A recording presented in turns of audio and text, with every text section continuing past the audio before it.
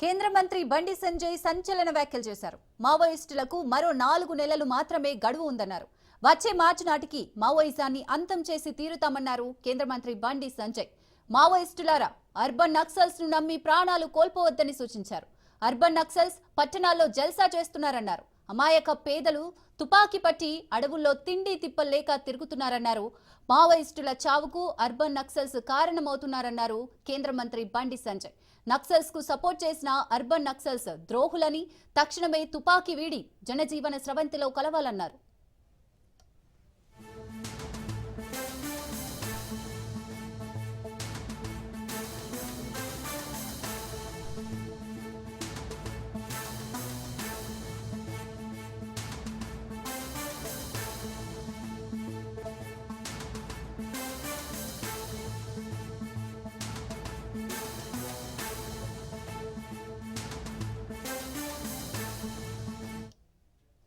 కేంద్ర మంత్రి బండి సంజయ్ సంచలన వ్యాఖ్యలు చేశారు. మావోయిస్టులకు మరో 4 నెలలు మాత్రమే గడువు ఉందన్నారు.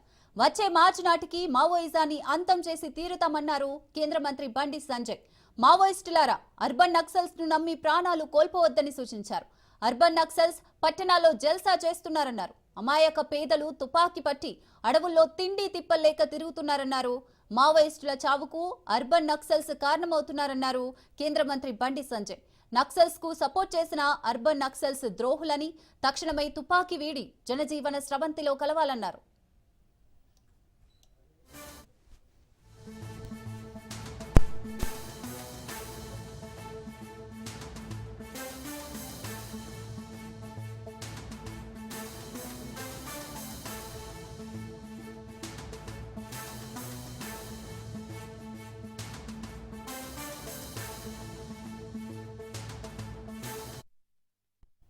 కేంద్ర మంత్రి బండి సంజయ్ సంచలన వ్యాఖ్యలు చేశారు. మావోయిస్టులకు మరో 4 నెలలు మాత్రమే గడువు ఉందన్నారు.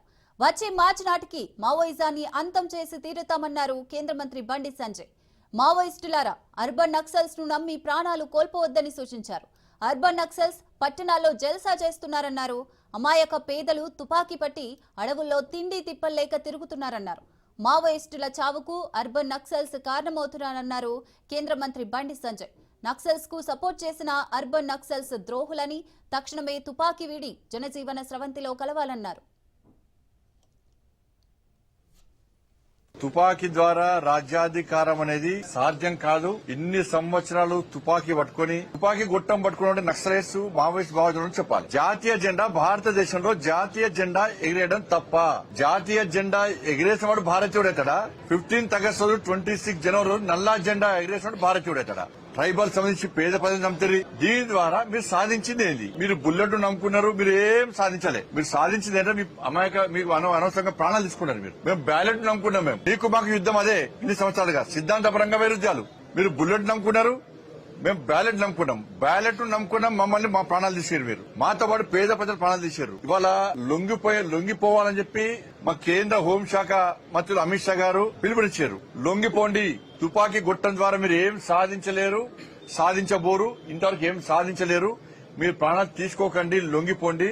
మావోయిస్టులను అంతం చేయడమే మా లక్ష్యం.